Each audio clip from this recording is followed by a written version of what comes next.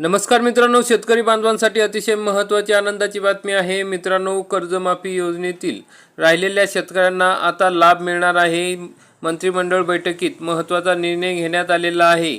मित्रांनो, आता जे शेतकरी बाकी होते त्या सर्व शेतकऱ्यांना सुद्धा आता कर्जमाफी योजनेत सामावून घेतले जाणार आहे। आता या शेतकऱ्यांची कर्जमाफी केल्या जाणार आहे। तर त्या संदर्भात मुख्यमंत्र्यांनी मोठा निर्णय घेतलेला आहे। मंत्रिमंडळ बैठकीत मोठा निर्णय झालेला आहे।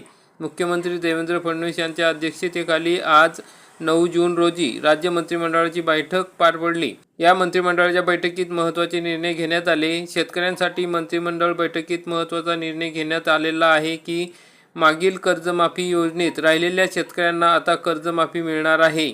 मित्रांनो, आता जी कर्जमाफी मंजूर झालेली आहे त्याच्या व्यतिरिक्त जे आधीचे शेतकरी होते आणि त्यांना आधीची कर्जमाफी मिळालेली नव्हती, या शेतकऱ्यांसाठी जवळपास 14,000 कोटी रुपये दिले जाणार आहे। 2017 आणि 2019च्या कर्जमाफीत अनेक शेतकरी अडकलेले होते।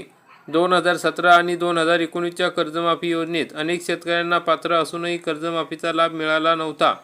या शेतकऱ्यांना कर्जमाफीचा लाभ मिळावा यासाठी वारंवार मागणी होत होती। त्यामुळे आज 2017 आणि 2019च्या कर्जमाफीत अनेक वंचित राहणाऱ्या 5 लाखापेक्षा अधिक शेतकऱ्यांसाठी राज्य सरकारने मंत्रिमंडळाच्या बैठकीत महत्त्वाचा निर्णय घेतलेला आहे। मित्रांनो, आता या संदर्भात लवकरच GR येणार आहे आणि जे शेतकरी राहिलेले होते म्हणजे जवळपास 5 लाख शेतकऱ्यांना या ठिकाणी मोठा दिलासा मिळणार आहे। त्यांना आता हे आधीचे पैसे मिळाले तर त्यांना आता या कर्जमाफीत सुद्धा फायदा मिळू शकतो, कारण की मित्रांनो ते पैसे आधीचे होते।